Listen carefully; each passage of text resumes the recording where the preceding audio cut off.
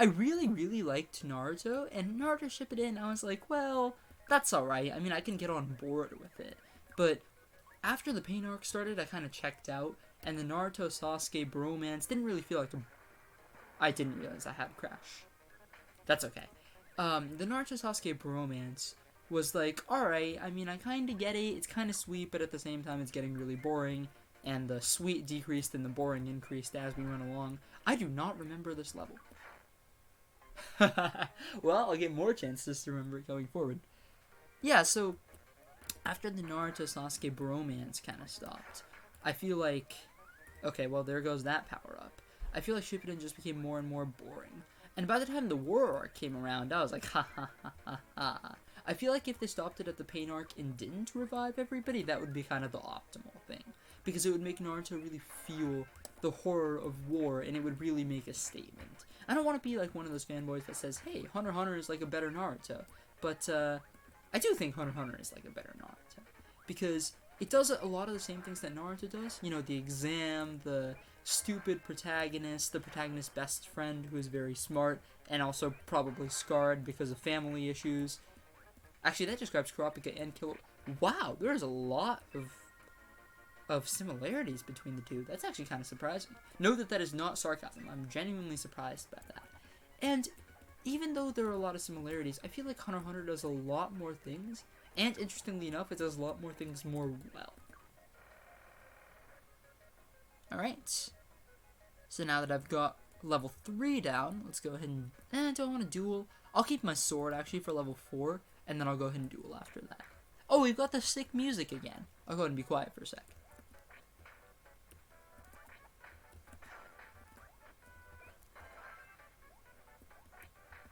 Alright, that's enough. I really only wanted that one beat to kind of loop around. Okay. So coming through here, there are a lot of enemies concentrated in this area. That's kind of surprising. Okay. With my sword, I dispatched them all. That's my real Legend of Zelda training kind of coming out here.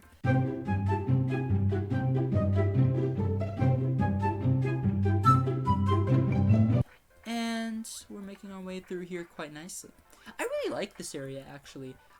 It's probably just the fact that... Oh, nice death there. It's probably just the fact that the same archetypes are used in different kinds of platformers, but I feel like a lot of the levels in this game are very, very similar to levels in Mario. For example, I've seen level 1, which is like the typical trees, lush, green, foliage kind of idea, and I've also seen the level 2 desert, and the UFO, and the level 3 underwater, and the level 4 like crazy temperate forest, like poisonous atmosphere place. And ooh, wow, UFO is really making this shine here. Okay, this is a problem. Haha, hitbox detection. So it's just interesting to see how those platformers kind of play off each other with similar archetypes, but the gameplay feels so different. That's my interesting thought of the day. Okay, UFO versus elephant.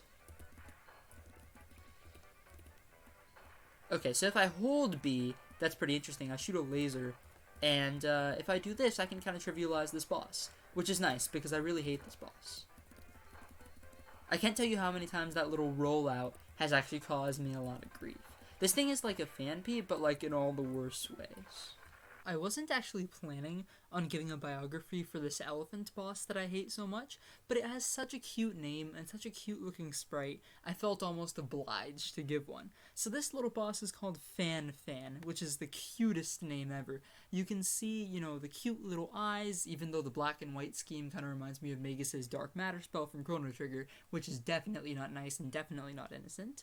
But you can also see the little lollipop feet. It's just adorable. I love the way Kirby Nightmare in Dreamland kind of keeps this cutesy aesthetic, and even though all the bosses are like going to maul you and they go after you with this ferocious killing intent, the ludonarrative dissonance isn't actually a big deal in Kirby, because it manages to combine these very amusing, playful, light aesthetics with the more violent gameplay of Kirby swallowing people and spitting them out as lethal projectiles. Or in all the worst ways, although they are many, many times worse than other bosses in this game. Alright. coming right along. I wonder how I can choose between my little beam and my more Marthy beam. There's probably a... nice. There's probably a way to do it, I'm just not quite sure how. Press A. Nice. Good one. What about if you do press A but your timing's off, game? How's that?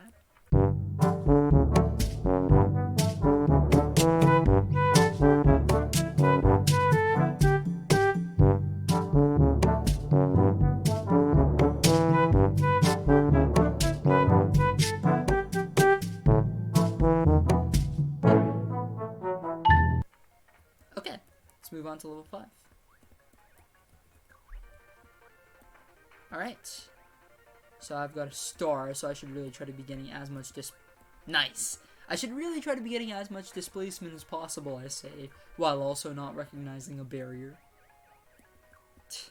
So very nice.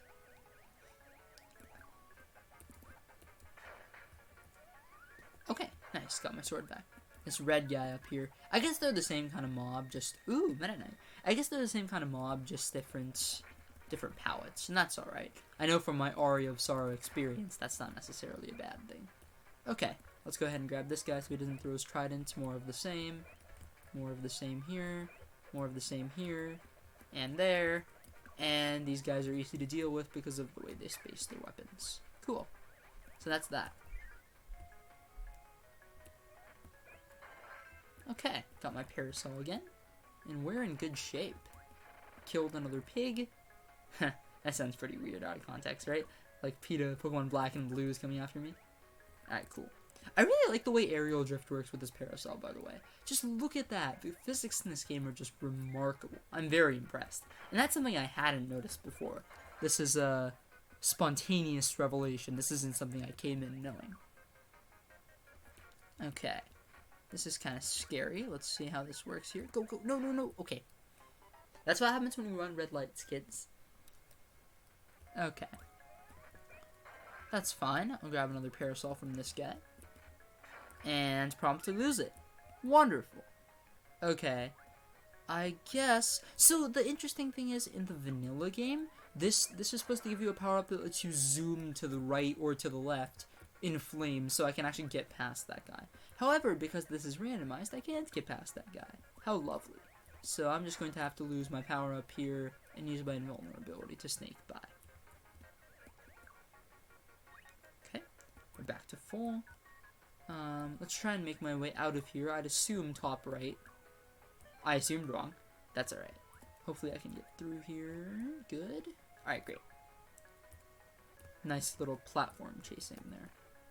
I can't hop down there. Alright, I guess not. Guess I'm going to need to go this way. And we're out. Nice. Okay. That's alright. Made it up to the 3rd level, no problem there. Wow. My score is decreased by like 200,000. That's how much Grape Garden has been. I was trying to think of a grape pun. I didn't quite ferment it enough in my head. Haha, there we go.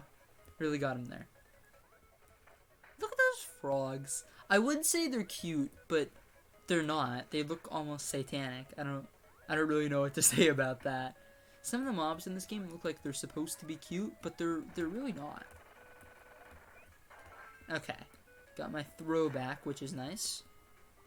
Then I got socked. Haha. Little Pokemon humor there. And we've got Alarm Clock 2.0, which is not too shabby. I really don't mind that, because I can space this out really nicely.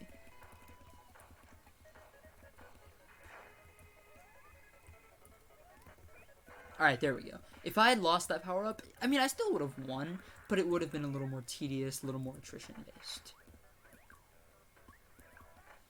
Alright. Let's go ahead and make my way through here. One of the reasons why I don't like these tight corridors in this game is because it's very enemy-oriented. You've got to either have enough HP to muscle your way through, or individually dispatch one enemy. It doesn't have the kind of free-flowing control that I'd appreciate. I don't really know. This game in general just feels very light and frothy, especially in terms of its movement, and that's one thing I like about it. I guess that's not apparent in corridors. Okay, there is no need for me to get that. Let's just go ahead and exit this level. Haha, that's like plus 50. Times 2. That's alright. Okay, awesome. Let's go ahead and head to the boss. Alright, well I have a vague memory of catapulting to the top. In the vanilla game, these guys actually let you jump pretty high. But the boss is gaining on me and I don't really like this. So I lost my power up. Let's see how this goes. Alright, I've lost half my health and I haven't even made it up here. Fantastic. So this boss is called Kracko. Apparently this guy is relatively more important than all the other mini-bosses I've fought because it gets its own page on the Kirby Nightmare and Dreamland wiki. Regardless, I thought his name and his battle demeanor definitely cracked me up, so Kracko has a special place in Nightmare and Dreamland for me. Alright, so now it's just attrition based because I have something to hit him with. Boom. Okay, nice. Just one more hit. Boom. That's that. Nice. Even got the Star Rod on my way up, so we did awesome. Clutch performance by me. Alright. That's Yogurt Land. And I think... Oh, it's not Yogurt Land. Maybe that's my cue to go and grab some dessert. Alrighty. So now that Phan Phan is taken care of, I fought in the arena and actually didn't die, and I took care of Kracko. I think that's a pretty great place to stop for this episode. So that's pretty much it. If you liked the video, maybe consider, liking, sharing, commenting, subscribing, whatever. I pretty much always mess this up, so there's probably one thing I missed. If you didn't like the video, that's cool too. Leave me a comment saying, if you want to see different power-ups in Kirby, or if you want to see me go through the game faster, or show off more of each room, whatever it is. I'm always open to feedback. So, yeah, I think that's pretty much it for this episode. Peace.